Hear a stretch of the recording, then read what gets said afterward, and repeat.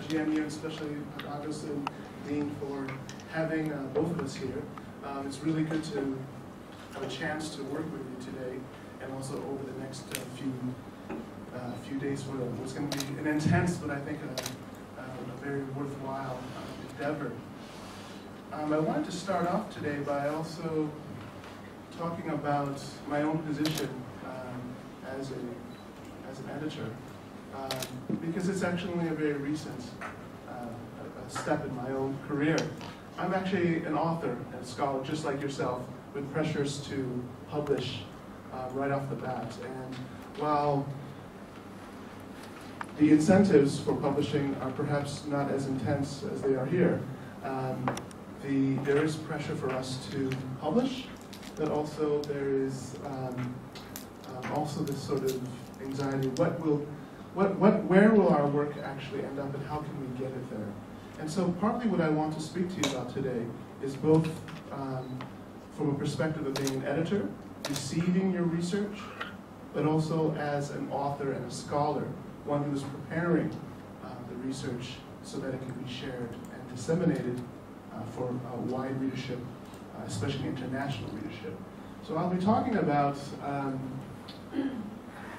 both the strategies, how to customize your work, and also how to deliver. And I'm afraid that Singapore has been a big influence on me in the last 17 to 20 years, in the sense I'm starting to speak about it in very business-like terms. I've started to realize that publishing is a business, actually. And that's what actually has changed sort of the market in many ways. The indices, the citation indices especially, the impact factors. This is creating a particular type of value hierarchy, actually, for particular products. And I think this is a real challenge for us to make adjustments to this new marketization of publishing. But what I also see is that we, as scholars, are the suppliers. We are the ones developing the product, the research that is actually of great value. And so we do have some voice. We can actually, by our actions, direct what happens in the market, in a sense. If we focus, for instance, on the two journals that are being represented here today, and we start to collect the best work on Indonesia, the best work from Yogyakarta, the best work on some Southeast Asian studies and the Malay world and so forth, that's going to change things, because if we can attract the best scholarship, people are will start to recognize it. If we can bring together the well-known names of scholars with those who are also based here in the region, such as ourselves, I think we can actually affect the market as well. So these are the broader sorts of issues that are connected here. I also have to speak a little bit also about the Journal of Southeast Asian Studies, to which I will be speaking about, which most of my conversations will be focused on. It's an interdisciplinary journal, although it's being run by the Department of History, which I find very much a contradiction after looking at the operations. It means we are looking at humanities and culture. We're looking at some of the topics that I'll be focusing on today. What we're trying to do actually is expand those definitions, actually. We're trying to, in a sense, get a hold of the market and say we have a lot of competitors out there now, so now we're going to go after the content. We're going to go after your research by either being much more of a presence in conferences and speaking to you after you've presented, or generating content through workshops that we sponsor so that we have special issues, bringing you guys together for a particular topic or a particular theme, in order for us to to take advantage of where we are, our proximity to the type of research that's coming out of the region. I tend to think that the further away you move from Southeast Asia, the more theoretical you get. And yet that is the standard to which we are being held to when it comes to our journals. We are supposed to, in a sense, talk about the conversations that are coming out of North America, Australia, the UK, about Southeast Asia. That to me seems incredibly backwards, and we were just talking about this morning, Mark and I, saying we need to, in a sense, to also think about this as an opportunity to recenter Asian studies, to recenter Southeast Asian studies by highlighting our research. So while it might be seen as a chore to have to publish in international journals, this is also an opportunity to recenter what we do from where we are. So I think this is a broader sort of agenda that I hope to also promote. Is there any way to turn off these lights up here so that the screen can be seen more clearly? Sorry about the font size as well. I thought that was 24. Thank you. Thank you. Why publish? So I'm going to go back. What's the purpose of publishing? Of course, for scholars, the intrinsic value of publishing actually has to do with our need to share our data, share our research, share our work. And in doing so, we define the field, whether it's Indonesian studies, whether it's about the Malay world, whether it's about Asian studies more generally, or whether it's about a discipline. Of course, the more pragmatic and very Singaporean way of thinking things, that's also very much a part of your career trajectory. In order to advance, in order to get promoted, in order to retain your status in your institution, you need to publish to demonstrate productivity, frankly. And this is something that I think, unfortunately or fortunately, all universities are in the region, especially around the world, are starting to really consider very seriously. That you have to quantify, in a sense, your productivity, and publications are connected to that. And the demands for these university institutions is that the reason why the administration is saying this is because they also want to raise the profile of the university. And this is an important endeavor, so that the Centers for Southeast Asian Studies at Cornell, at Michigan, at ANU, and SOAS are not defining our lives, are not defining our intellectual lives. By raising our profile, we can actually compete directly with the institutions overseas. And I think so there's in a sense of a competition going on as well between local institutions who want to be world-class, but at the same time who want to define it as well. So this is, in a sense, the context. Of course, this is what historians always do, which I am a historian myself. We try to set the context for why these changes are actually occurring. There's also an issue here about publishing and knowledge production. I mean, we have to think about, well, what is publishing? And where does it fit within our sort of career of research? It's in many ways the final phase of what we do. And it's important that you think about this, because it's not just a separate part of a research activity or an intellectual activity. It is connected actually to several phases that go on well beforehand. And so we need to think about publishing as the final objective in a way, but it's very closely connected to previous stages of research. And that is something that needs to be considered also. I don't have time to talk about how we can conceptualize a topic, how we actually put together a research proposal, how we actually do our fieldwork and conduct it, how do we actually do a first write-up of our research data, how do we actually present it maybe at a conference and workshop, and then we publish. That's the key, is that it usually goes through all of those phases. So when we are dealing with publishing, we can't really think of it as just a separate activity. It is connected in many ways to all those other phases of conducting research that are equally as important. So my view is, in many ways, is that while this is very important to focus on publishing at this level, we should also be focusing on those previous stages in order to actually see how it also fits the entire process. Publishing and knowledge production also involves different members of academic and publishing communities. So you're not just dealing with editors, you're also dealing with your colleagues who are the peer review folks, who are the referees. You're also dealing with the editorial board members who may go through the first screening process. These are also academics who have gone through the process. You may be actually, when you're presenting your research at the conference for the first time, you're speaking to colleagues in the audience who may give you feedback and critical assessments of how you think about the work. So publishing is not just an activity that's between you, the author, and the editor, and the referees, of that matter. It's actually involving all those folks who are involved in the process. And by rethinking that, the place of publishing, I think you might be also be thinking about the possibilities of how to move forward. Just to give you a hint, for instance, I think for Southeast Asian Studies, especially for the Journal of Southeast Asian Studies, we should be encouraging more joint publications. Scholars who are based within the region, who have the access to the data, who have the access to the fieldwork, the surveys, all the empirical, important stuff.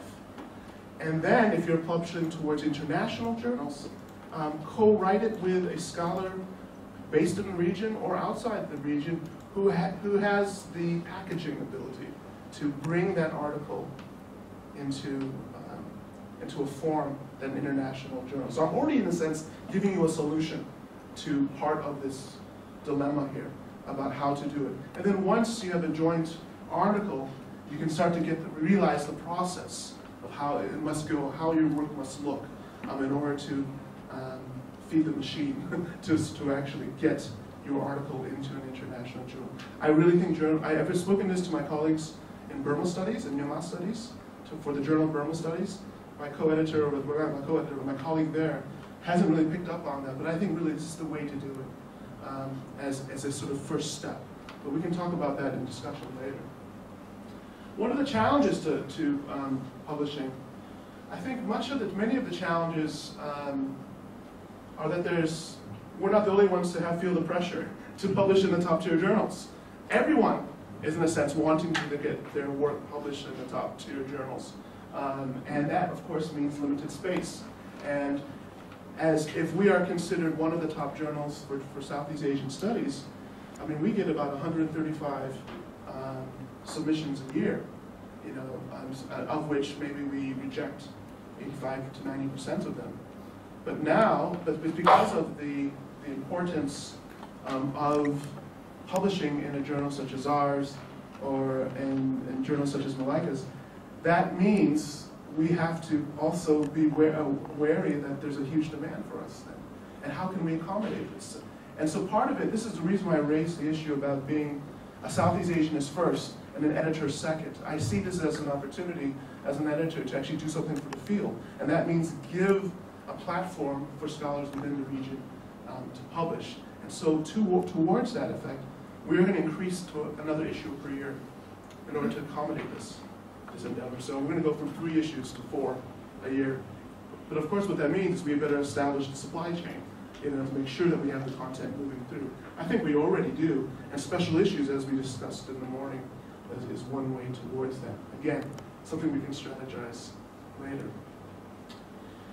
For many of us, especially for those of us who haven't published in what are considered top tier journals in a foreign language for one thing, it's difficult to know the criteria for acceptance into these international journals. I mean, what are they looking for? What do they want in our articles? What do they want us to say? And so, of course, this is precisely what this workshop is really about, actually, is to get ideas and strategies for getting your work into these types of journals. But this is also difficult because these things are not standard, really, in many ways. This sometimes has to do with the personality of the editor. It sometimes has to do with market demands. It sometimes has to do with institutional demands. I tell you right now, my dear and friend, colleague, Maurizio Pileggi, who was the previous editor, had very different ideas about what Southeast Asian Studies was. Had very different ideas about what should be published in our journal. And I think even his own relationship to the field of Southeast Asian Studies is very different from mine. He's more of a cultural historian, frankly. And he's associated himself more with that field than actually Southeast Asian Studies, which of course creates an issue if you're an editor of the Journal of Southeast Asian Studies. He didn't have the sort of affiliation to it.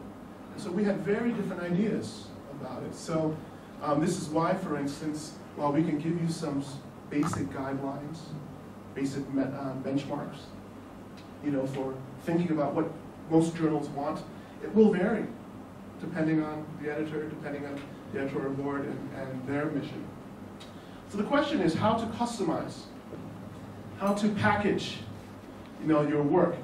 I bet that most of your articles, at its very substance, at its core, has great empirical data. Stuff that these colleagues from overseas do not have access to. Because you guys have the languages, you have the local networks, you have the local worldviews, you have the insights of living and working within Southeast Asia, within Yogyakarta, within Indonesia, Java, and so forth.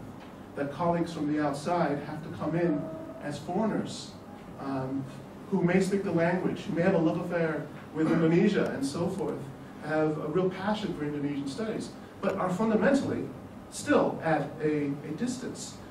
Your value comes from the proximity. Your value is in your evidence, in your sources, in your data. And how to customize that, how to get that message across is key. It's key to this process. So marketing your own work. Again, apologies for the business language. It's killing me as well, but it's very important, in a sense, to think of it, because when one can be demoted for a lack of productivity, that tells me there's a business relationship going on. So this is the very real world about it. So this is something that we need to take very seriously. So within the next, I think 45 minutes or so, I'll be talking about these three things. Knowing the market and journal standards. What is out there? How do we look at it? How do we assess it?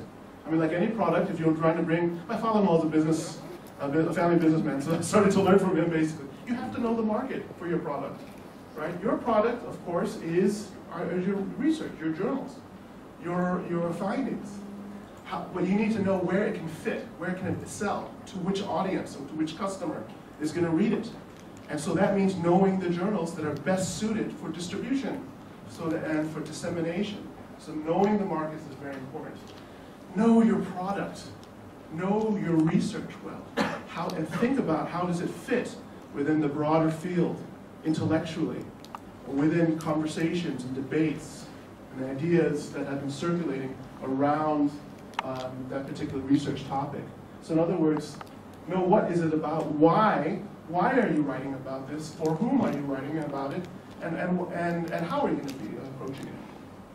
So this often is actually your broader mission. I mean, why is it that you do your research? Are you writing for a policy agenda? Are you writing for intellectual methodological reasons to push the field of Indonesian studies?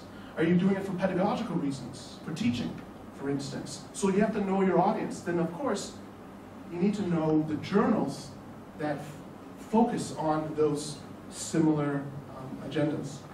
So what I'm thinking about doing for today is presenting the strategy process, the customization of your research and delivery. How do you finally get it out there into the final journal? So this would be the three areas I'll be talking about today. Any questions so far? So, in case you have to leave early for teaching or whatever, I'm going to give you the conclusions right off the bat. So these are the key ideas. You have to know your research, how it fits within the field, your intellectual profile, and your relationship of your research to the institution. I think this is very important, because if you don't actually know your own research, your own product, and how it fits within your own personal career trajectory, and how you see yourself as a researcher, how you define yourself, how is it that you're going to be able to choose the right journal to park your research in? You have to know what your institution wants as well. They want top-tier journals, international journals. How are you going to meld the two priorities, or three priorities together? These are questions that I'll at least give you some strategies towards thinking about, and we can focus on it individually in the days to come. You need to be able to choose the right journal to reflect your research, your career, and your institutional goals. And that means, of course, then you have to do your due diligence. You have to be aware of what journals are out there, right, in order to feature. You have to know what they publish. You have to look at the editors and say, what disciplines are these guys, these authors? Are they an anthropologist? Are they a literature scholar? Are they a historian, and so forth?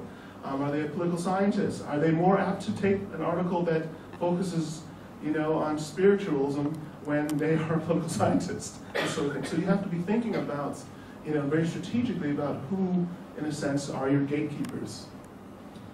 You should also be thinking about, in many ways, to where that journal, for instance, is located. Who is the audience?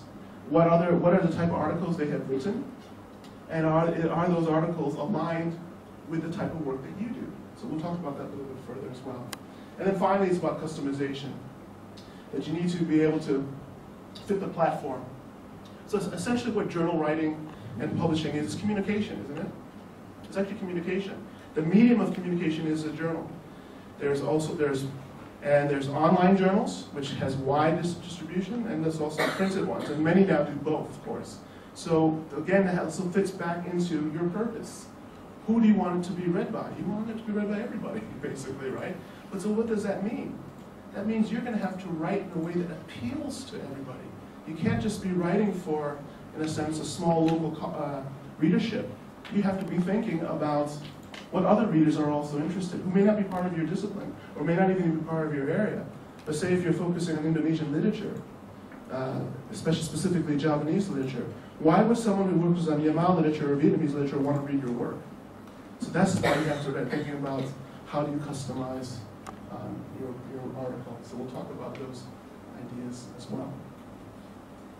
Okay, knowing the market. Excuse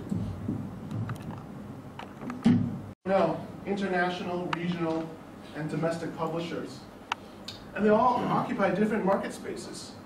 The international journals, of course, are appealing to a broad readership, libraries, scholars, research institutes, and so forth. And that is why our institutions, and the US is one of them, wants us to publish in so-called Tier 1 journals. They want us to be able to, they want their scholars to be recognized, and it can be quantified by the number of journal articles they have in these international journals. But regional journals also sort of fit side by side with that as well. Regional journals on Southeast Asian studies, for instance, might not only include the journals that we have represented here from KL and Singapore, but also there are journals, of course, in Japan, in the Philippines, who are also writing in English, for instance, that have international presence, both online, both within certain specific fields, but also, within the wider market. Libraries buy these journals.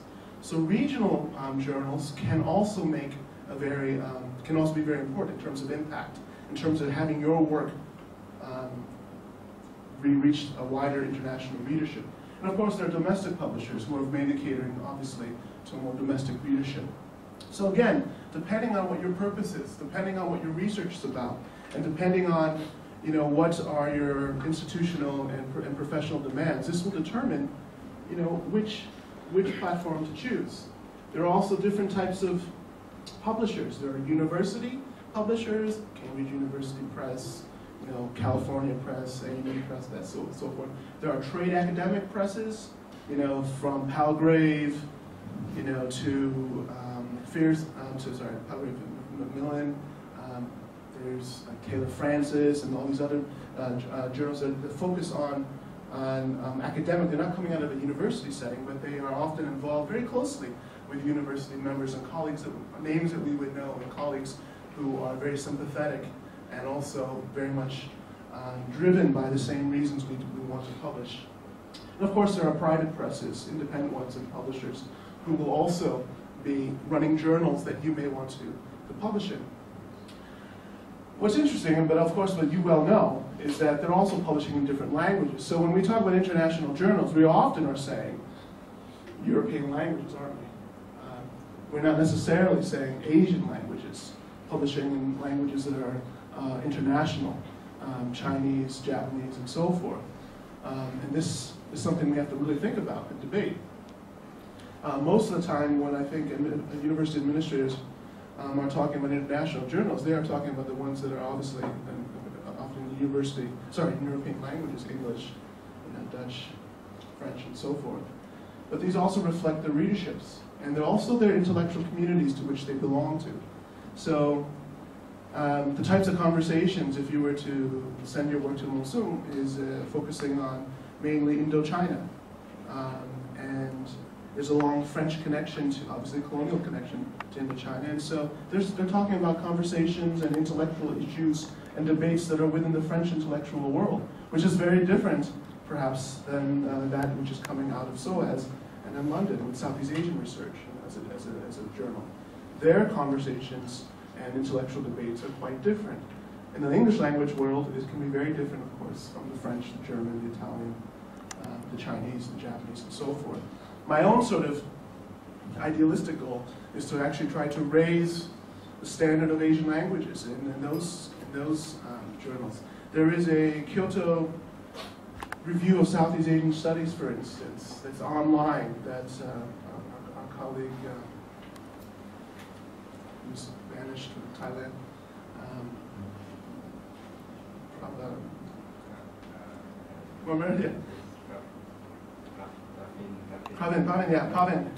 Pavin is running this new journal, and what's nice about it is that it's online. Articles are smaller, which is good if you're writing in English as a second language. Its impact is wide because it's translated in Thai, in Indonesian, into English and Japanese. I think it actually has more of an impact in many ways than the Journal of Southeast Asian Studies because it's doing translation. So this is a smaller journal, it's online, and articles tend to be like 5,000 words or 3,000 words even. It offers a different model to think about where to write. University administrators won't like it that much though, because it doesn't have the sort of impact factor and citation index. But in terms of impact, it has the impact. You know. So my point though is that your research can reflect different types of conversations in different readership. So you have to be careful and do your due diligence in figuring out which one you want to apply to. Now there are different forms of research publication. This is where I want you to also think about it as well. I mean, yes, while we're talking about journals today, that's the main focus. We also have to think about where it fits within the grand scheme of publishing. I mean, of course, there's books, edited volumes, and conference proceedings, so this is part of a broader sort of range of publishing, and it's important because journal articles are supposed to be much more focused, you know, than a book or an edited volume, you know, especially if you're the editor. It's much more focused and studied. So when you're conceptualizing, should this become a book or should this become an article, it depends on also how specific it is, you know, and how focused it is. And that's the whole point of journals. It's a snapshot study with empirical evidence that's supposed to be, that a reader can read very quickly to get a very in-depth look at a particular topic or issue. Whereas the books are placing that depth within a broader context. So this is a very big difference. You also have book chapters. How do they differ from journal articles? Usually in form and in format, because a book chapter is part of a collection of essays that are supposed to be, but they really are, speaking to each other, referring to each other. There's also research notes and policy reports that usually come out of institutes. So these are also very different forms of publication. So again, you must think about what is it that you do and how is it best communicated, in what form. These are all different formats. Of course, we have also blog op-eds and book review essays and book reviews. And I wanted to bring this up because it's very interesting what's happening. It's happening at NUS, and I asked Cambridge Press about what's going on with this, and they said it's absolutely true. Most folks don't get any credit for book reviews because essentially you're just reading someone else's work and essentially saying what it did and what it didn't do and what your thoughts are on it. So that any student can do that, right? Although you're doing it from a seasoned, experienced perspective, and it adds value in that sense.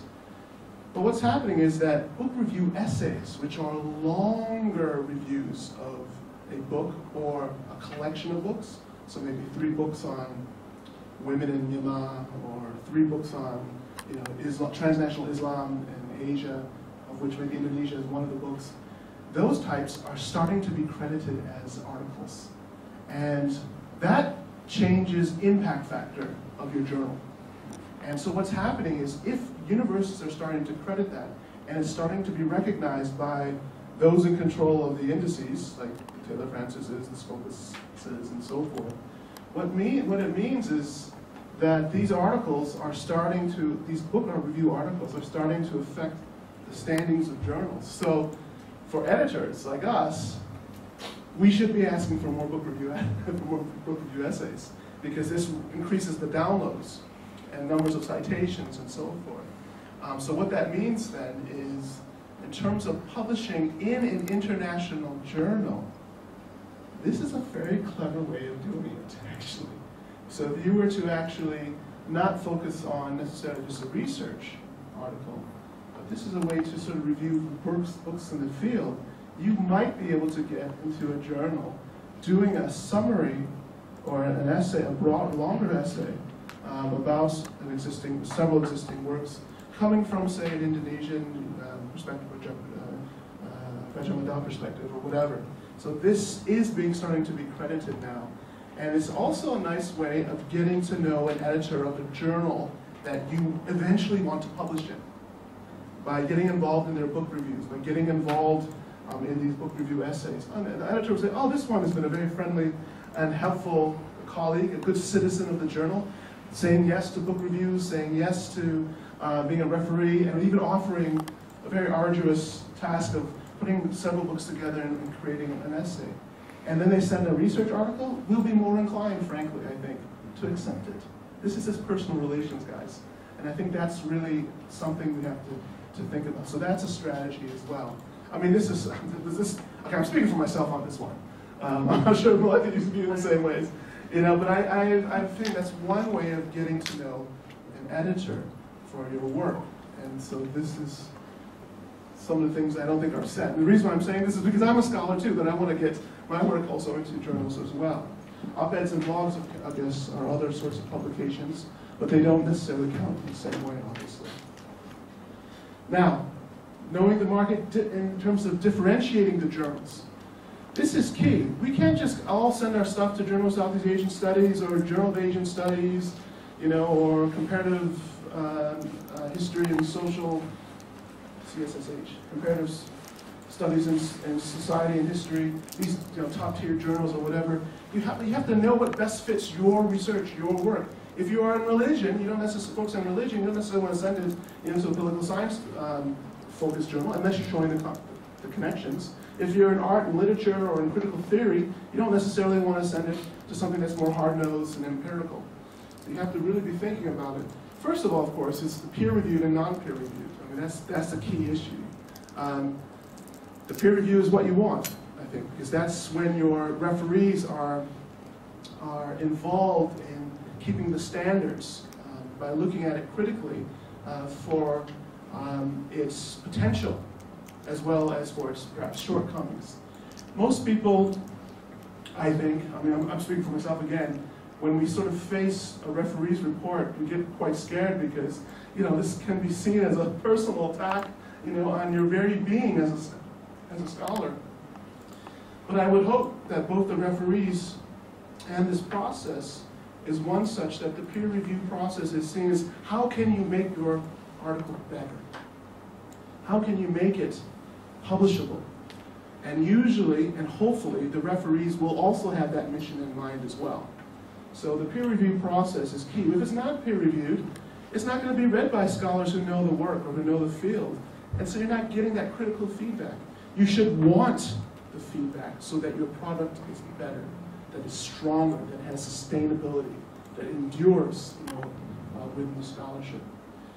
The impact factors and citation indices are another way to differentiate the journals. Frankly, I'm exasperated about this whole thing because this has a lot to do with the publishing houses and the presses. This is a way of creating artificial value, I think, to our articles. An article could be terrible, like the recent one about why colonialism should be reinserted or something, into we should giving colonialism a chance. I can't remember the title.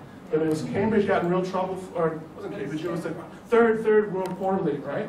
They published this article about why colonialism should be given a second chance, right, or something, and we'd be looking at it differently. Well, it gets a million citations, everyone's downloading it and hating it. But then if you just go by count, his citation index is very high. So the article could be completely lousy. People can have a lot of problems with it. Jim Scott's work on, why states can't climb hills, it created a lot of issues for historians because most thought that it was ahistorical about the Zomia stuff, right?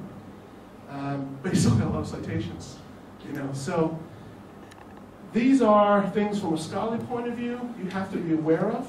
That a journal will have a high impact. I know for Australians, when you're applying for research grants, for future research grants, the number of articles that you've had within these high impact journals affects whether you can get research grants. And so this was really important for the Australians.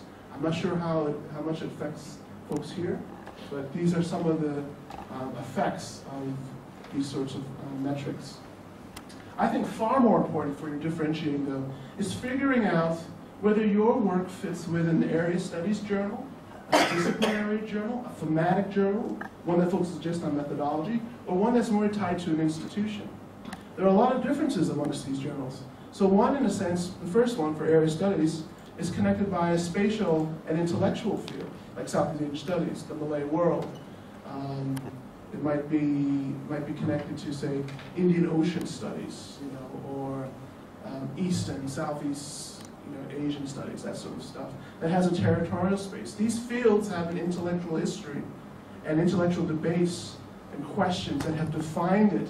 If those are the types of articles or types of questions that you're interested, if you're interested in pushing the field and defining your work as something that's connected to, say, Southeast Asia, Malaysia, Malay world, or Indonesian studies, like what's coming out of Cornell, then maybe this is the type of article that you want, or journal you want to send it to.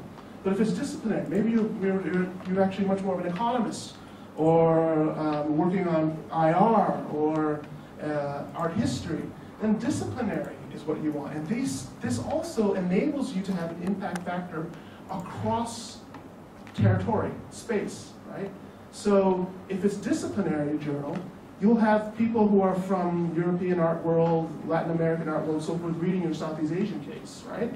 So that's important. That has international impact as well. So the people in the administration should be thinking about this too, is that just because it may not be in the top tier area studies journal, it is in the leading disciplinary journal, which means people from a range of intellectual communities from across the world are likely to read it. So disciplinary has its advantage as well. And this also goes with thematic types of issues. There's issues, there's journals like the Journal of Colonial and Post-Colonial Studies.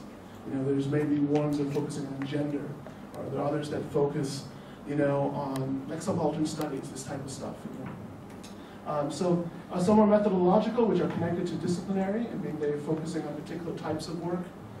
Some are very small, very focused, focusing on particular types of comparative work, for instance. So the comparative studies in social history out of the University of Michigan focuses on, comparison has to be somewhere in there.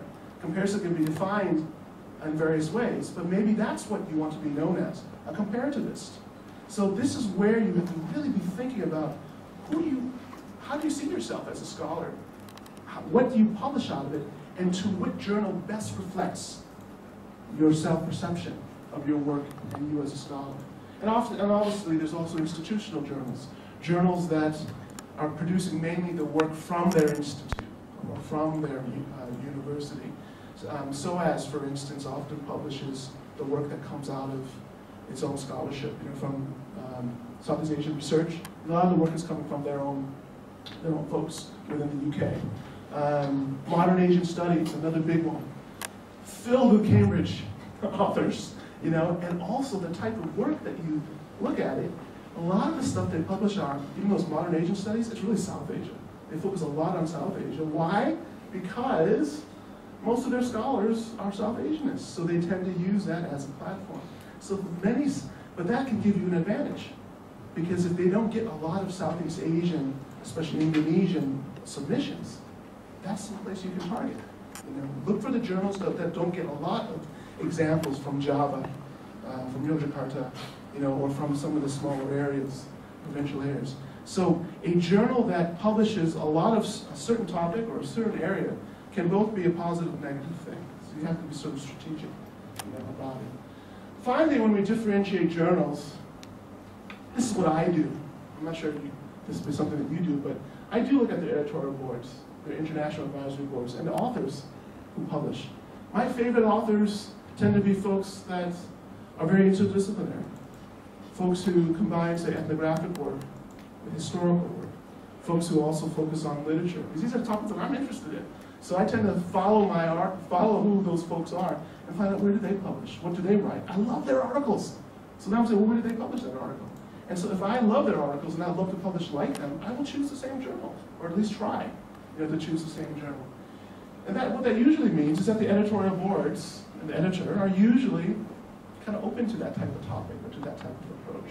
Find out if they're an anthropologist, or a historian. That helps, actually. So, full disclosure, I consider myself an anthrohistorian. So work that involves those fields, I will probably understand and also have an affiliation and an appreciation of your work, much more so than perhaps my good colleague, Prof. Legge, who was more of art historian and culture. So he had different types of interests.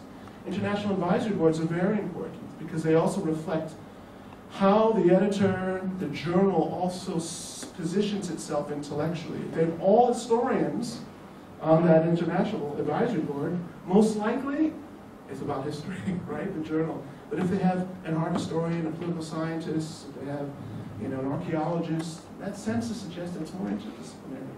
And if you like those scholars, because they tend to be usually big names, again, that might be a way of determining which journal is for you. Journal article scope. This is also important. I mean, how do you manage what you say in your journal, the scope of it? This is important because, as I said earlier, that it presents a focused research topic rather than a broad one.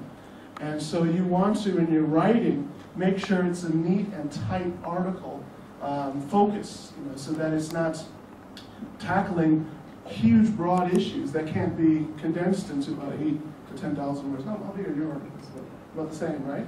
So about 8,000 to 10,000 words. If you can't keep it within that length, that may suggest that it either requires 2 or 3 articles, or maybe it's meant really to be a book. Many articles are presented as a standalone article, so that amongst other articles of very different topics in journals.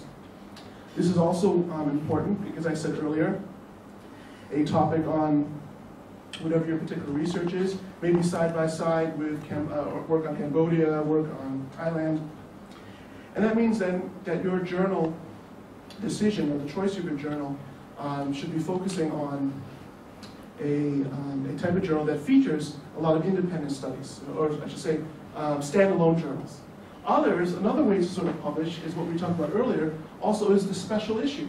Sometimes you can get yourself published in a top journal because there's been a call for papers to say, we want articles focusing on such and such an issue, so that they can combine all of these scholars who are focusing on this particular topic, so it becomes a journal issue that everyone will use. I'll give you an example. I knew back in 2006, when we hosted the International Burma Studies Conference in Singapore, that there was no issue that had ever talked about the making of the field, the making of the field of Burma studies. And so I got the top scholars who were at the conference to write about this, say, how did political science approach Burma or Myanmar? How did historians approach Burma and Myanmar? How did art historians, archaeologists, and so forth? So I had 5 or 6 articles. It became a special issue in the Journal of Southeast Asian Studies. And what that meant, though, was that that article needed to be read by every graduate student from there on who wanted to actually do something on Burma studies, because it presented an overview of the field and the status of the field. And so this is one way of actually getting your work into a journal, is proposing a special issue to a journal. And that's focused on a topic that is crucial for pedagogy, crucial for research, so that, and I think if you think about it, we're always going to have to be producing new PhDs. We're always going to be training.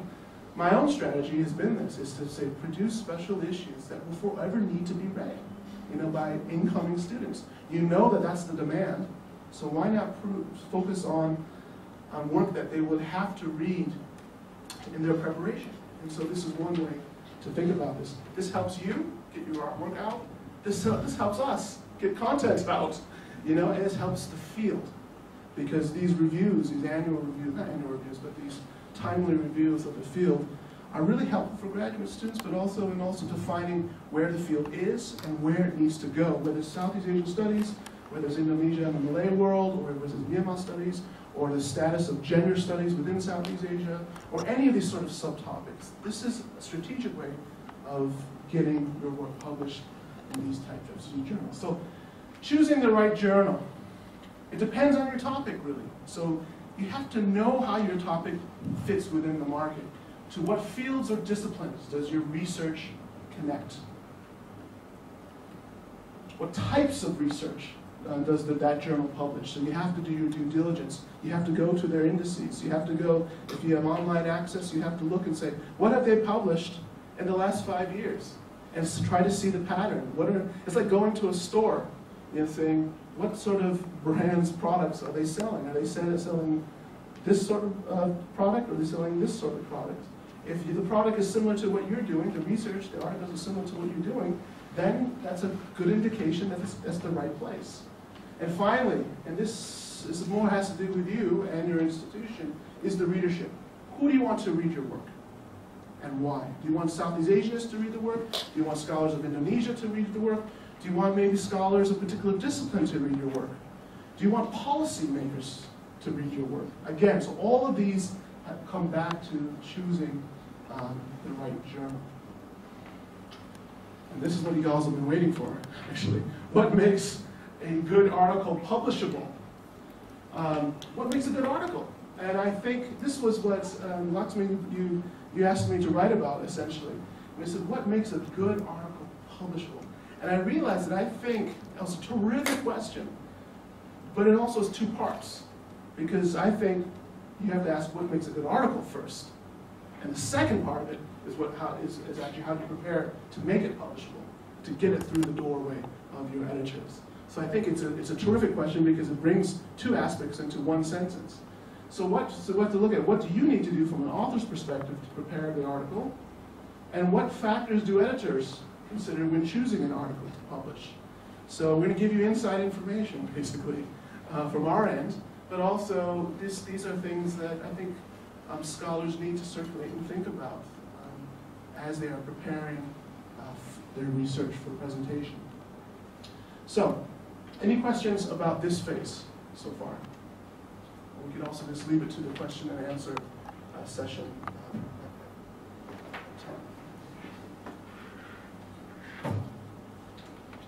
Okay, so knowing your product. So situating yours. I'm sorry, the font changed it when I wanted to change the format to my thing. It was supposed to be big writing. So what I'll do is I'll change it to the normal white, black, and then the words will. You can just do it now. You can just do it now, actually. This is. You guys all know the color, but it's not really that important. Here we are. So what I'm going to do is I'm just going to change it so you guys can see it, because otherwise you can't see it. Design?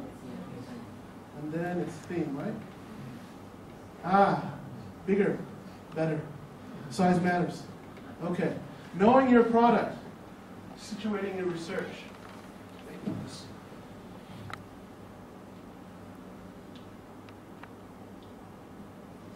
One rule of presentation that I was also tell my graduate students for conferences: make sure your font is at least 24. You know? And here I wasn't even doing it. So I need to listen to my own advice. So knowing your product, situating your research. So what makes a good article? What's the overview? Well, first thing, it has to be well written. People have to understand. And I always tell my graduate students and my junior colleagues, which I'm really trying to promote through the journal, forget about that crazy language that we all try to learn. It's called jargonese. We all try to use the jargon because we think that's what's going to get us into a particular article. I don't think so. It's communication, really. Keep it simple, actually. The more people that can understand, the more people that are not in your particular field that can understand your work, the better. And when we are reading through all the submissions, we don't want to have to also translate and figure out what you mean by wading through the thickness of the forest of your words. We just want to know right away what this is about, what's the contribution and so forth. So make sure it's well written. And I think a lot of the articles that I had the privilege to read this week, sorry, it's only this week, were very well written and clearly done so. It should address a clearly stated problem, a question, or issue. I'm going into this, what this really means. But it should be clear. I shouldn't be seeing this by the 6th or 7th page. I should see this within the first 2 pages at least. What is the central issue, problem, question, idea that you are trying, or your article, or your research is trying to address? And linked to that is that it should be an original contribution to scholarship. Now, we usually say that this is sort of the standard for PhDs. But this is a standard for all research, frankly, just about. That it has to be original contribution to scholarship. So that's the key. This is what we're going to be focusing on. How do you make sure that it's original? How do you establish to the editor, to the referees, that it is an original contribution? That means you have to situate it within existing scholarship. But what does it mean? My students in Singapore always ask me this, my PhD students say, what does it mean to situate or to position? Again, that's kind of using jargonese also in the same way. What does this mean to situate? So we'll talk about that a little bit more. And finally, establish the relevance, which is actually connected to the scholarship and its original contribution. Establishing the relevance to either scholarship, your colleagues, to the broader field, or maybe to a policy aspect. So there has to be some sort of relevance that you need to state pretty clearly. I mean, even if it's dealing with the translation or mistranslation of one little word on an inscription, what's the impact of that translation, or the impact of the mistake that a colonial Dutch scholar had made, on that particular translation? These are the types of things you have to bring up.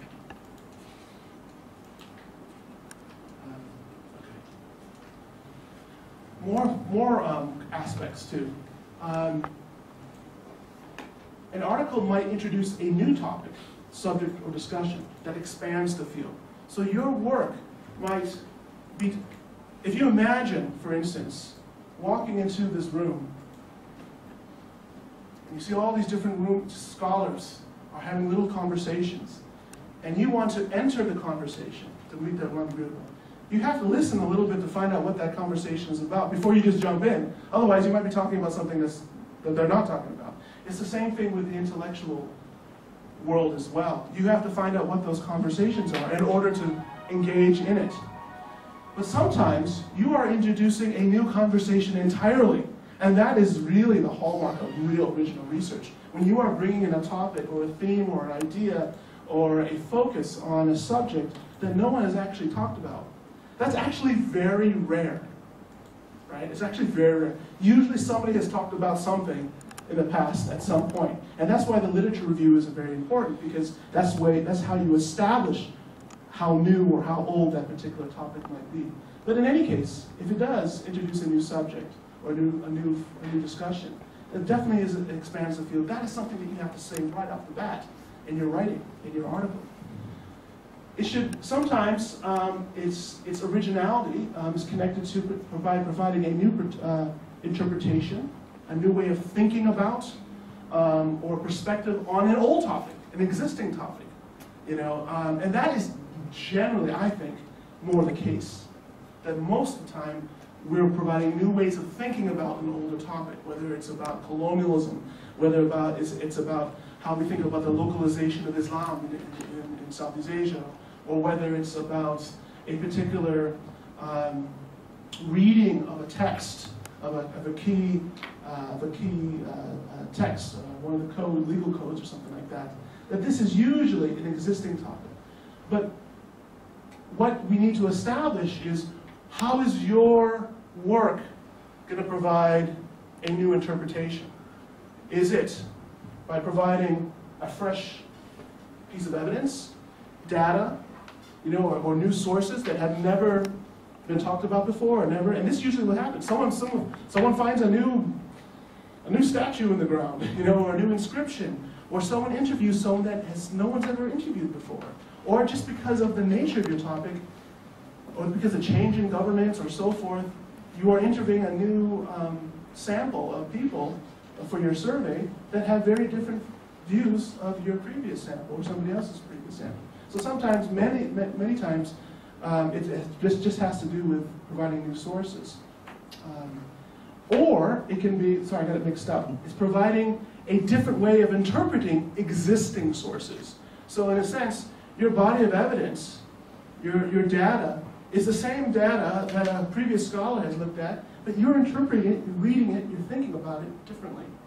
And that establishes then a different way of thinking about what is fresh and what's new, and what makes it a good article. It has to have these at least in Asian studies, it should have a lot of these features. Now let's get more deeply into this. Making an original contribution to scholarship, if it's a new topic.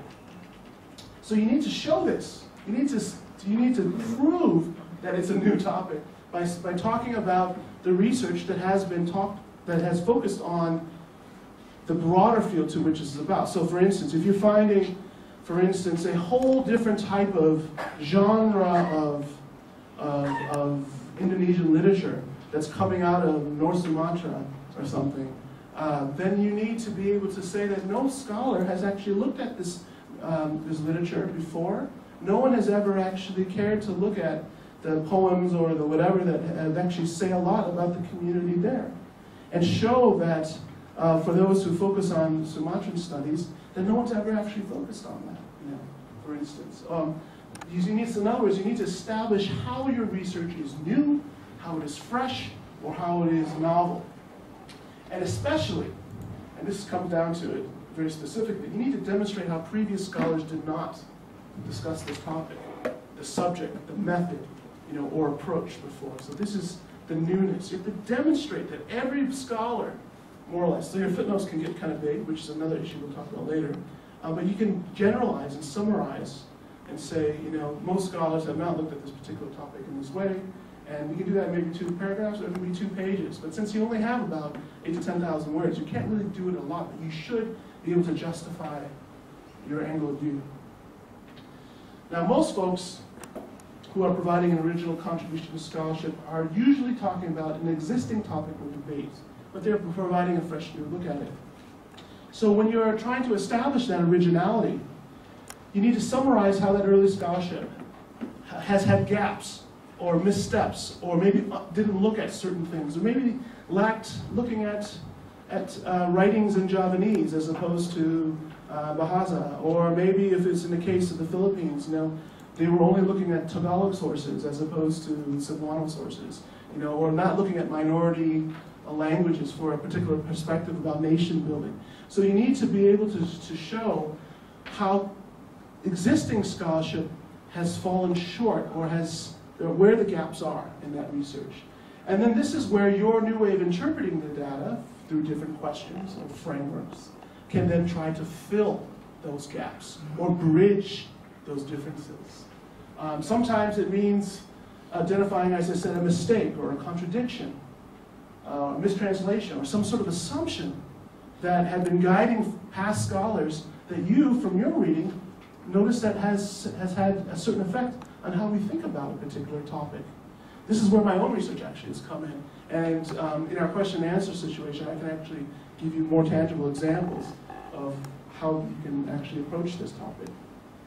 And as I suggested before, sometimes new sources or new evidence that was not available can also contribute to an original understanding of a new topic. And sometimes this means the archive opens up, releases more documents, or WikiLeaks gives us insights into new sources.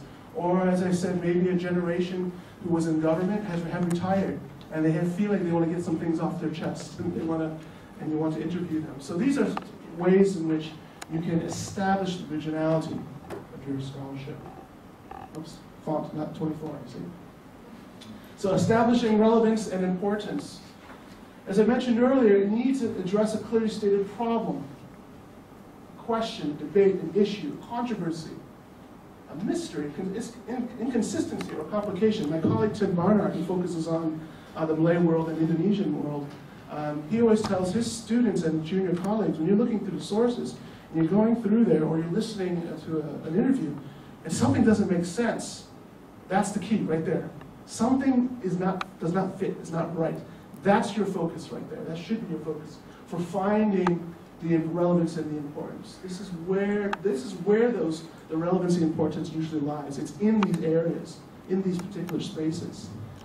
Another way of establishing that importance and relevance is by providing an assessment about how readers might think through this issue. And this is where, what does that mean? This is actually your argument. What we often find missing from junior scholars that I work with are they are unable or maybe reluctant to tell the reader what they think about that course or that case study that they're focusing on. And that's the key, because that's your argument. That's your intellectual contribution.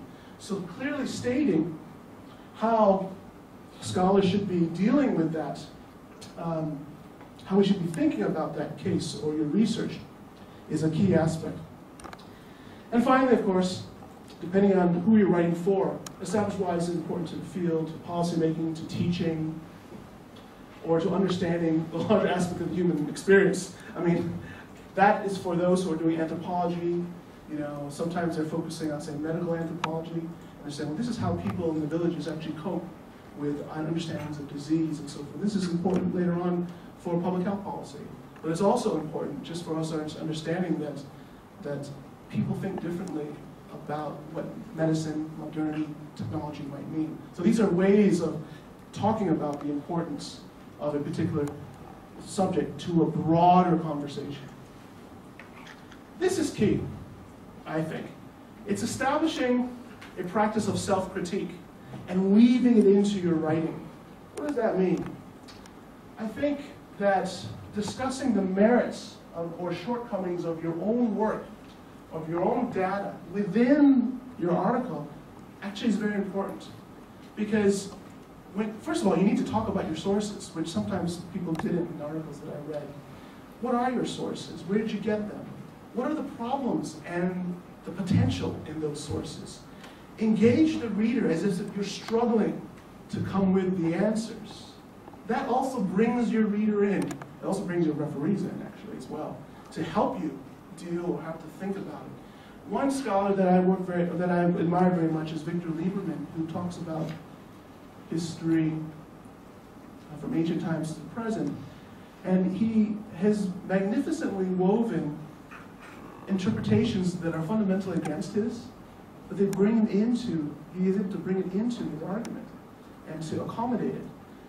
He's able to talk about the shortcomings of his own interpretation, but suggesting ways to think about it. What this shows is that you're not just pushing your agenda, your opinion, but you're engaging it as an intellectual question. This type of self-reflection not only, I think, makes you a good thinker, a better thinker, but I also think methodologically it's also very helpful, as well. So discussing your sources, the merits and shortcomings of it, is also a very important aspect, because it also shows to your readers and your referees that you are a critical reader.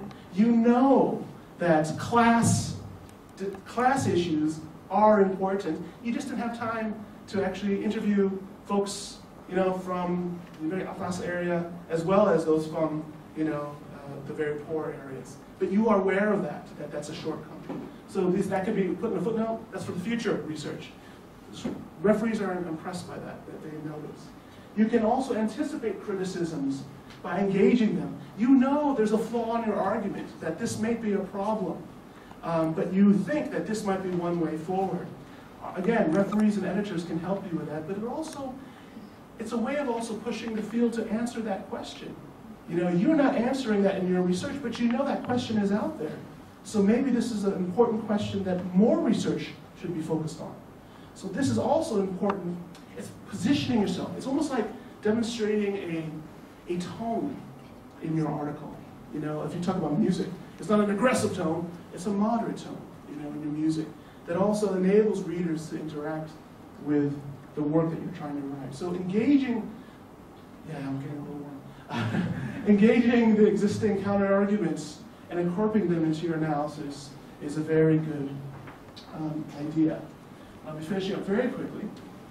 So what are some other characteristics of a good article?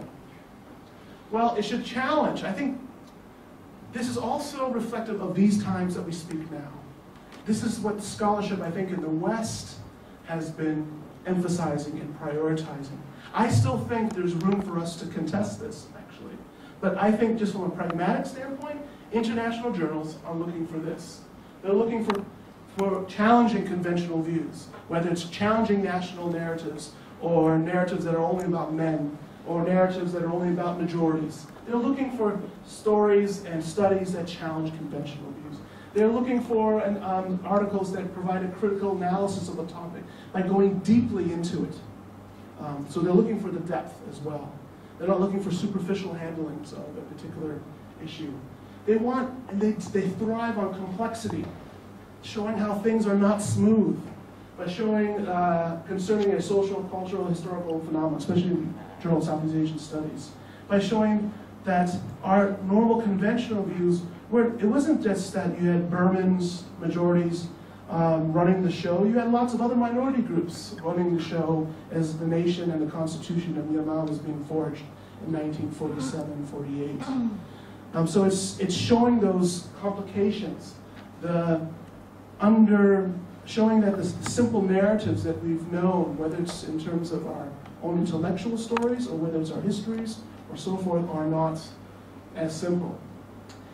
And I think this has to do with, okay, here's some jargonese, the post-colonial term or the post-modern term, that in this day and age, people are looking for contradictions in society. They're looking for variances and differences instead of unities and coherencies. So whereas my father's generation, who was writing on Burmese history, wanted to actually write about how Southeast Asia and Myanmar was a coherent, unified culture or coherent and unified nation state and so forth, folks are actually focusing, no, where are the contradictions now? Where are the variances? Where are the divisions? So it's a response to that early scholarship. We are at this point in this phase. So if you want to, in a sense, think about the type of work that you're doing, this is what people are writing about, and this is what the editors are often taking. And I don't usually like saying this because it means we're sort of becoming very mechanical. We're imposing, our objective, which is to get published, into how we think. But this is the reality. So this may affect your methods. This may affect how you read your evidence. So what it means, of course, is we need to read other people's work, focus on this, think about the different methods, about how we look for variances and differences and so forth. Scholars now are looking for multiple connections, interaction, or understandings of a single phenomenon. So trade might not have just come from the Philippines and the Spanish, but it was also being interwoven with Dutch and British trade as well. That's what they're looking for now. They're not just looking for the story about the Spanish and the Philippines, they're also looking for the Dutch, the English, local, regional traders, and so forth. Again, showing complication, but also showing the interaction and connections. This is part of a broader field of study, inter-area study, or inter-Asian studies, which is a huge field, it's a burgeoning field, I should say, that's starting to emerge. They're looking for studies that contest neglected worldviews and experiences, so focusing on minority groups rather than the majority is a big issue. I know this is an issue in Indonesian historiography as well. So focusing on minority groups, focusing on those groups and communities that have less of a voice is something that these top journals want to look at. And why is this the case? Frankly, I think it has to do with the politics, the geopolitics of the world. A lot of these North American journals are influenced by ideological ideas. And so showing individuality, showing variant individuality, contesting the state and so forth, this seeps into what people want. And this is where I actually have a problem, but we can get into that another day.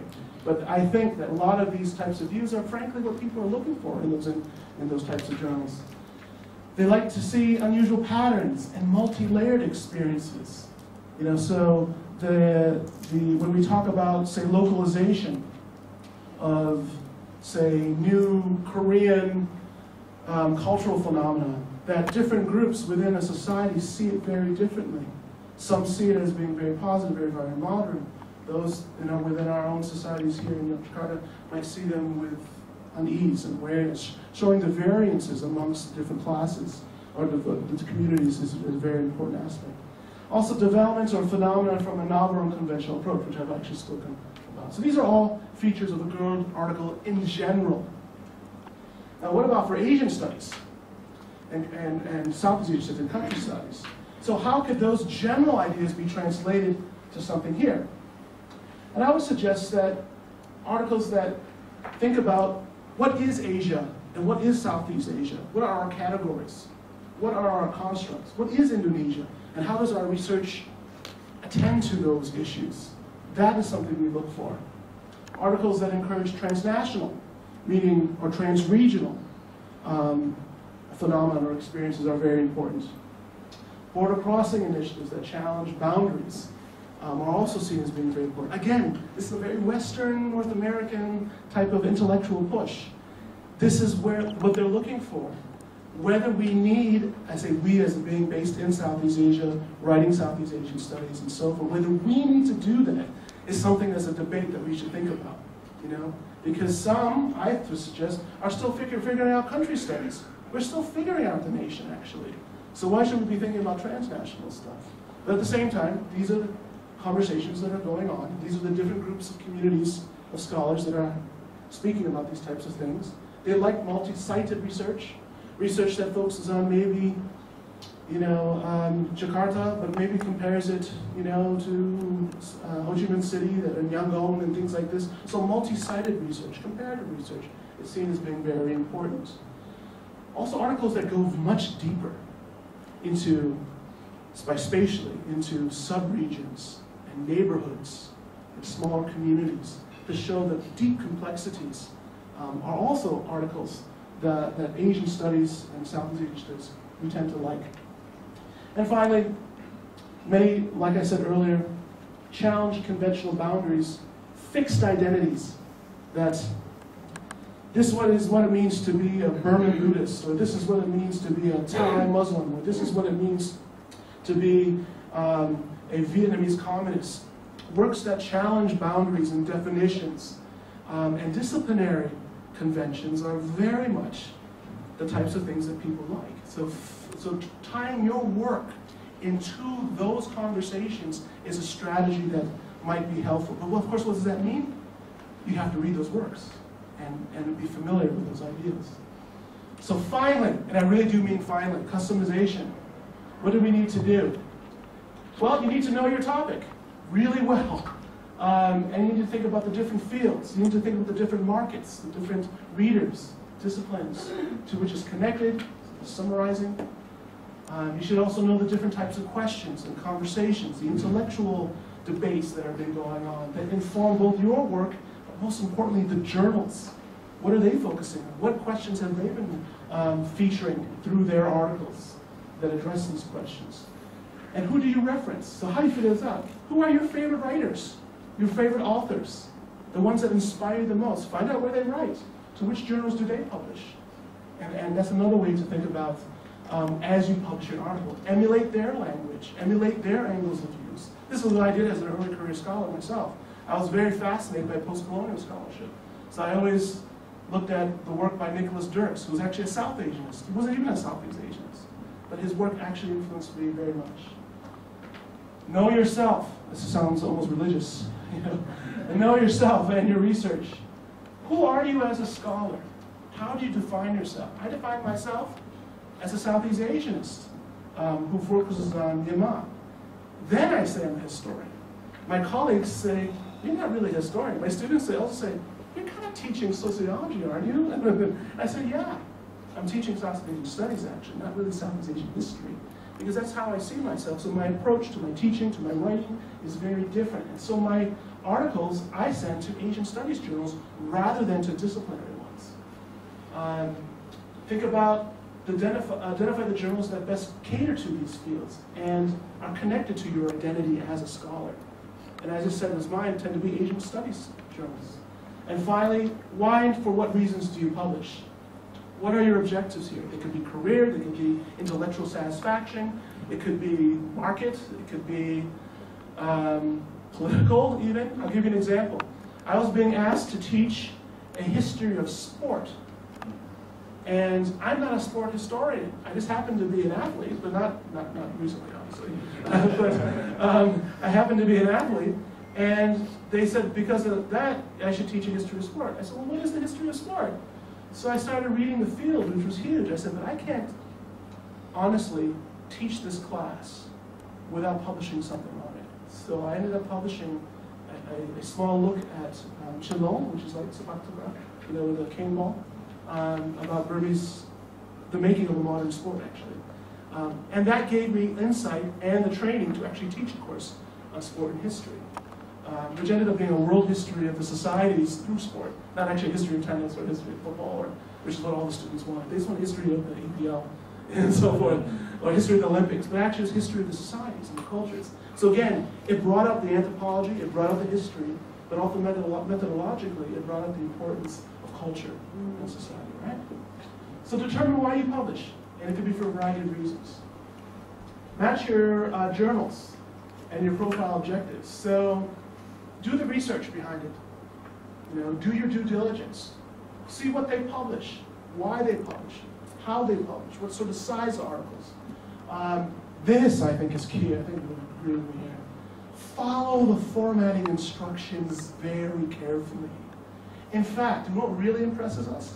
When you send me an article, and it already looks like a journal article.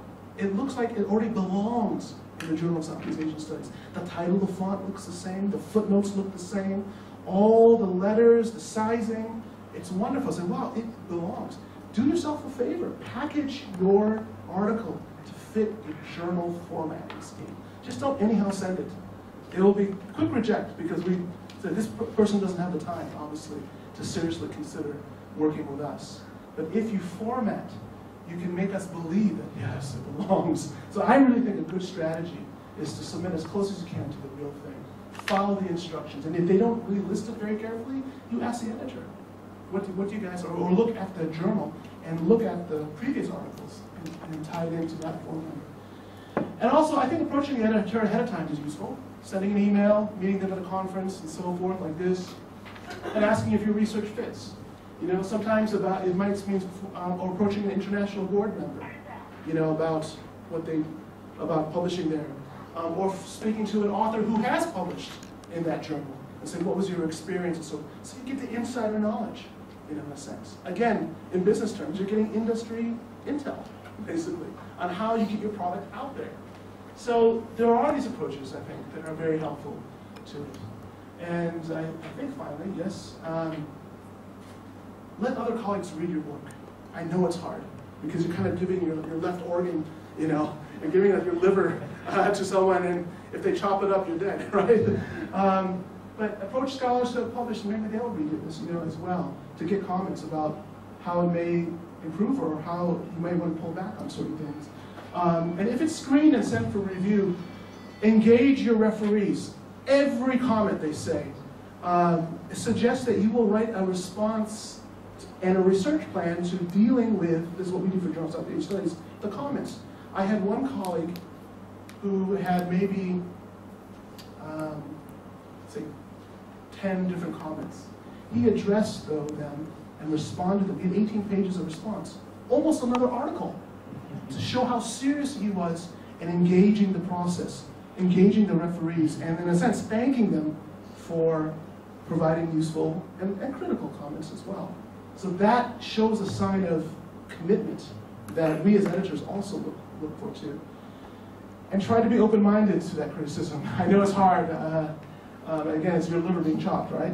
And try to work with the editor, who ultimately, I think both of us would agree, we want your work to be published. We want to help you. And in fact, I want it so much, actually. I'm even changing how we speak about it in our letters, to scholars. I'll say, instead of saying, revise and resubmit, I'll say accepted upon revision, right? Or major revision or minor revision. So we are accepting it. We will work with you to get there, even if it takes 5 years or whatever. We will work with you. And what that means, though, is then we develop a partnership. We will help you for the field bring your work to our journal. That means a hell of a lot of work from our side, But it shows a commitment that we have to you and your product, your research. But what that also means is then we have an ally in your institution, in your intellectual community. We can send reviews to you later on, and you help build the field. We both help build the field by approaching it that way. So I think that's really what what we'll try to focus on, is working with editors and also working with scholars. Now the reason why I'm saying this is because I know what it is to be a writer. I'm still writing and publishing myself. which I find very hard to do doing this work. I'm not able to do as much as I would like. But this is actually a relationship that has to be both ways. And I think as we will talk about in our sessions moving forward, that this is something that we will try to foster. Thanks very much. Sorry I went over time.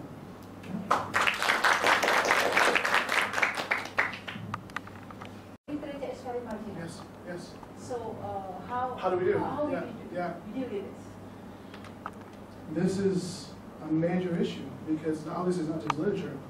It's art history. Often, sometimes it's work that focuses on scriptural inscriptions, real textual work that goes off into religious journals.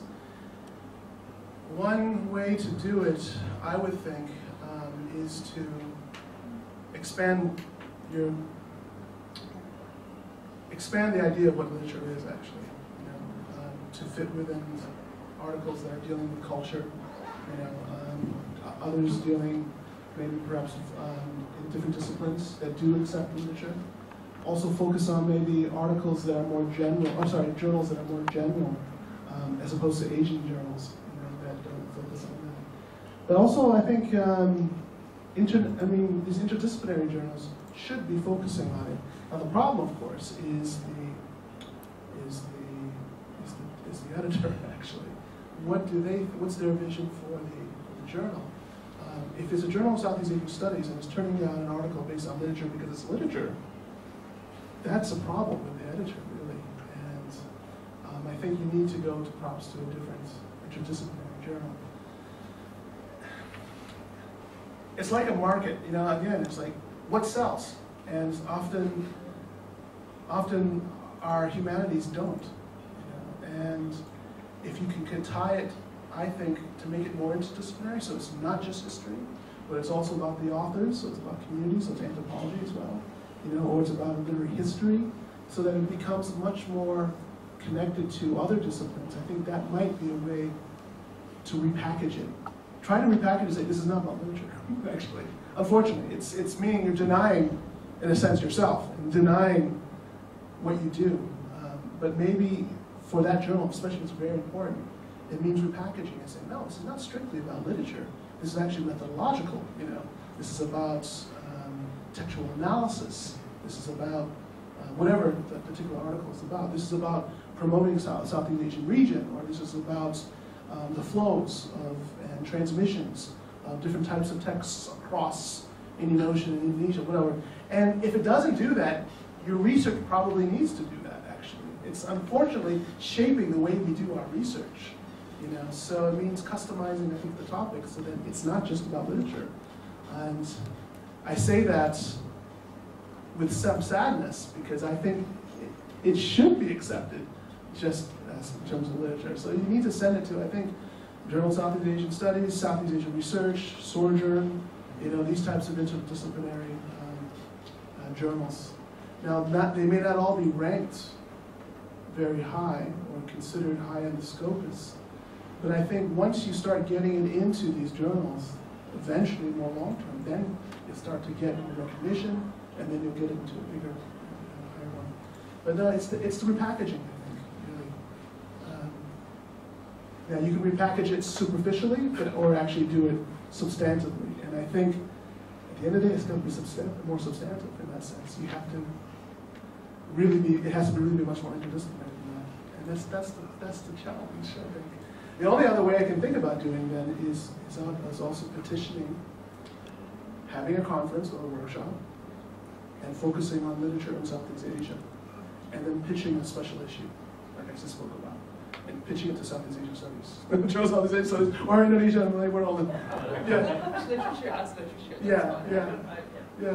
And so that's what I said. We will publish literature as literature too, but if you want to send it to Journal of Asian Studies or something, a different sort of orientation, but I think that's for both of us. We will take it, But the special issues is a nice way of, doing it. I mean, in a way, it's sort of it mirrors what you do at conferences. You may not get in as an individual paper, but if you promote a whole panel, you might get in as a panel. It's a similar sort of collective. The collective might work better out that way. It's an important and ongoing part. Yes, yes. First of all, I'd like to thank you for your generous Insider knowledge. Insider info. Hey, do you want to use the mic so you can hear? Well, thank you very much for your really informative talk. I think maybe this is not a question, but maybe just sharing. Our problem in Indonesia, maybe my problem, I cannot claim it's our problem. Mostly we are so much focused on Indonesia first, and then we are really see that Indonesia has already a big, vast, geography, and we have a lot of problems to deal with, and we are only thinking that everything that we have in Indonesia is an issue, and we tend to research about it. It's already important. It's already, very significant. That's maybe one of the problem. We are a bit difficult when we try to situate, or you say that, place our research in the existing literature. Maybe we can claim that okay, my research or our research is quite new. We have some original ideas about it, but that's only the claim maybe. But when really we try to connect to the bigger issue or the bigger, discourse about the science topic, we miss a lot of things. I mean, or technical problems, for example, because the lack of information about news, studies about the same problem, and etc. So that's one obstacle we try to try to send it. I have my experience to send my article to Modern Asian Studies, for example, simply just to try and test out. I'm quite a fan of the article because, for example, we read Peter Carey's published an article, really thick article in Modern Asian Studies about the background, economic background of the Japan War, for example. He managed to do that. I sometimes forget that he's a British. But we tried to do it. But then the answer is quite, disappointing. Your article is not fit for the journal, and maybe it's my fault. Anyway, but that's, for me, it's still, your information is very, very useful to us to prepare, our article or work before doing submitting to the journal. Another one is, okay, of course, language is also the issue, I myself, maybe we also always try to ask somebody from native speaker or native edit or English, but the way which we explain things, or to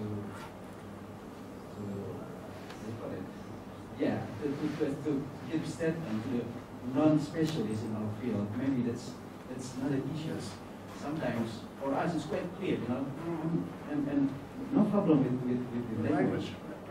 But the way we explain it to the bigger audience, as you say, it's something else that we really need to examine, to custom it. And well, maybe the last thing, it's a question maybe.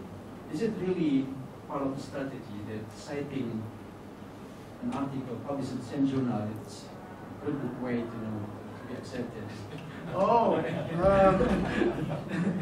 from my experience, I wouldn't even notice it, to be honest. Really? Yeah, Okay. I mean, I'm looking at the substance of what you are saying rather than necessarily your sources as in terms of priority.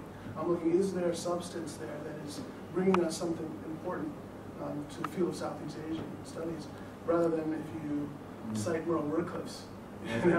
So I don't care if you cite Merle, if you cite Gene Taylor or anyone, but I mean, for me, it's really what your contribution is and how well you're able to express it. So I don't think that really helps, but if in your text you bring that work and show how it's connected to that existing ideas that Wycliffe's or Gene Taylor or Barbandaya had written about, that's far more important actually. It's in your text rather than necessarily in the footnote. Yes. I don't think it helps in the exception or the accepting screening process. Yeah. No, okay, that's good. But why I'm asking that, because for example, when you suggestion that we should connect our situate our practical in the existing studies, we try to pick some, as a matter of fact, that you cannot really review all the studies, and then we try to select big names, for example, who publish in the same journal. So I thought that's part of the strategy as well. So maybe so the existing studies, but published in the same journal on the same platform. So that's really I can clarify. I can clarify. Now, great comments, and the last question is very important. I'll start the last one because it's the most recent. So when you're situating your work, I mean, what does it mean to situate?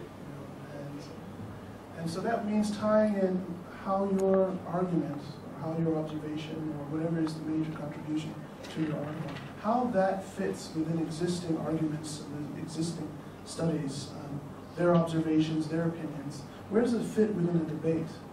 So say it has to do with just a common topic for Thailand. A broader question about Thailand, did it remain colonized? I mean, did it avoid colonialism because of internal factors or because of external factors? And so there's a lot of range of opinions connected to that. So if you were writing about internal or external colonialism or the factors around it in Thailand, being able to talk about the recent work and the more recent work and the new ideas, the fresh ideas, and how that field or how that debate has emerged and how it is up to this day, that's more important than citing someone who wrote about that same topic in the Journal of Southeast Asian Studies. So being able to show that you know that there's a debate that's been going on, that as I said, you're walking in the conversation, you're walking to a room, and you know the conversations that are going on.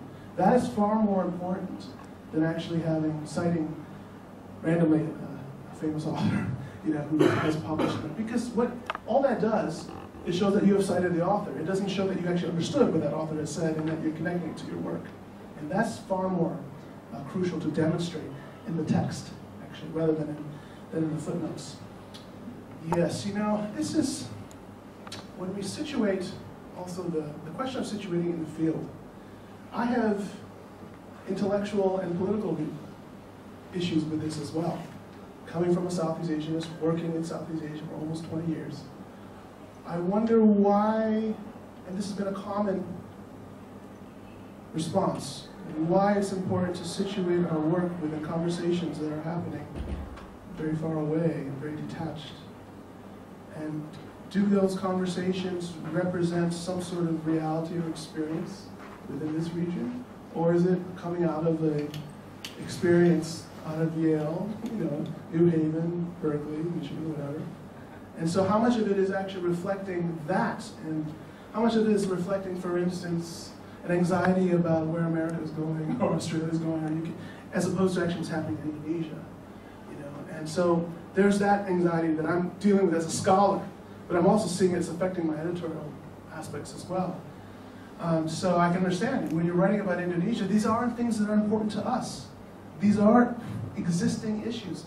So for Journal of Southeast Asian Studies, what I'm actually promoting, I can download it and I'll circulate it. I wrote a different editorial form when I first came on. And this is part of our mission now, is while I still think it'll be important to make reference to those conversations that are happening on a particular topic that we'd be writing about on Indonesia, that scholars within Australia and other intellectual communities, how they've talked about it. But I also think you should talk about, as another layer, the context of Indonesia and how that particular issue, or how scholars within the region, who nobody's reading because it's in a different language, what are they talking about and why is it important? I think if you can bring that up, explain why it's important to Indonesia through the debates and the themes and the controversies over why this particular issue is important or how it's been studied, that to me is far more important, actually. And I think it'll actually bring greater value to our journals if we can actually tap into the intellectual contexts that are producing the research here, as opposed to just saying Cornell is driving everybody. I think we need to, this is my own agenda though, we need to recognize the debates that are having in Gajah Mada, how they connect or disconnect with universities in Jakarta or North Sumatra, and so really bring that intellectual context into the story. So one general paragraph, might be about, what's your work on actually? Previously, but Sorry? opium things. Oh, opium. Okay, so maybe your work is focusing on, so you're referring to, say, recent work by, say, Eric Teglicoza on his chapters on opium, or Wang Zhanwen, who works on Chinese opium and so forth, the social life of opium, right? And so you reference those works, say they've been approaching it this way. But within Indonesian studies, opium has had this place, this is its place within Indonesian studies, historically, intellectually, and so forth, and bring that into the story. So I think by doing that, you are asserting the importance of Indonesian scholarship on that topic. But I also focus on other sort of regional work as well, whether it's Thai scholars or scholars of Burma and so forth, and really so Southeast Asian, especially if you're coming to our journal, for instance. If you're able to show that there are articles and other scholars within the region, within Asia, who are also talking about this, and who may connect or not connect with conversations about opium that's coming out of the West, then I think it's going to add a rich context and further establish why your work is original. And it also does intellectually another thing, and I think that is, it shows that there are different genres of Southeast Asian studies. And this is something that I talked about in my editorial forward last year. That the Southeast Asian studies of SOAS is different from the Southeast Asian studies at Cornell, the difference from that in Leiden, and from that in Singapore, actually. And I think very much the Southeast Asian studies is coming out of here, the Philippines, Japan, and so forth. So I'm arguing that there are different genres of Southeast Asian studies. And so I think we need to talk about the contexts that produce this particular version of Southeast Asian studies. I've talked so much, the battery's gone out even.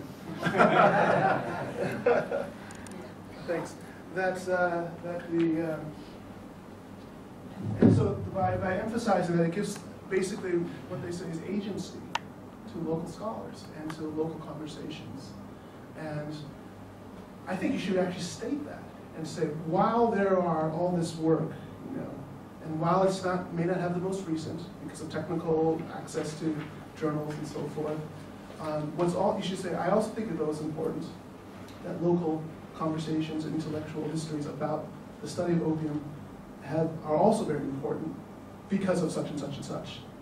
In other words, you're framing your work. It's almost like you're framing and introducing your work within all these conversations by showing how it's going to be original to both sets. Scholars who look at Southeast Asia from afar and scholars who are working within the region and even within Indonesia. And you also mentioned about access and language and translation. Yeah, the language and translation part. Sometimes the editors just don't understand. They're not reading it very carefully. That's difficult. It's hard to control. It's hard to do anything to control that. In fact, I think it's hard to control it. But I think what you mentioned earlier, having people help you with the English, I think universities should invest more in copy editing for their scholars. So in terms of a research agenda, I think I'm pressing that our PhD students, for instance, our universities support our PhD students. Most of the PhD students are coming from the region, and English is a second or third language, right? So how are they supposed to expect it to write in this way? So I think funding to support copy editing actually is a key investment into this broader process. And I think that will help with expressing their ideas. And sometimes they just don't get it. Another way is to do, as I suggested earlier, the joint publication. I don't know how your university views joint publications. I know at NUS they take it seriously because our senior scholars, especially our administrators, tend to have a lot of joint articles. Our beloved former dean, Brenda Yo, she's able to publish 20 articles a year. But it's because they're all joints, so you can kind of guess where most of the work is going into, But it's strategic for many reasons. One, in the Singapore context, it's because you're helping your name help a junior scholar get into the door, so they can get into a good journal, right? And they'll do most of the work. They don't care. They're happy to publish, have their name next to Brenda Yo. In our context, which is the issue about getting it into international journals because of a linguistic issue or a methodological or intellectual issue, maybe this is where working with scholars across institutions, across intellectual communities, that's where the value can come in. So if you're working on opium and you want to, maybe it's working with, you know, an Eric Tagliacosa, you know, that sort of thing, to get your work in. And so your name is there. And so they'll help with the language, but your data is helping them. So both have mutual benefit. Maybe that's the way to do it. I'm trying to push this for Burma studies because we don't have enough scholars who actually have access to Burma. And with the data there, you know, not everyone's working in Singapore, so they can't just go. But there are a lot of scholars within NIMA who want to publish, and they can't because they can't get past the same hurdle. So I've been trying to suggest and do co-editing. I've been trying to tell senior scholars in their retirement, you know, why don't you help give back to the field and work with a junior scholar to get them to publishing. So this is an agenda that I'm trying to promote too. And I think it also helps the journal, because what it also demonstrates is this cross, you know, continental cooperation. It really helps everybody, I think.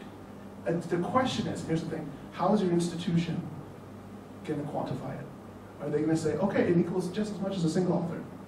I think they have to recognize that you guys have a disadvantage, we have a disadvantage with Myanmar not being able to speak in English, you know, and write as clearly and as someone who speaks it, you know, as a first language.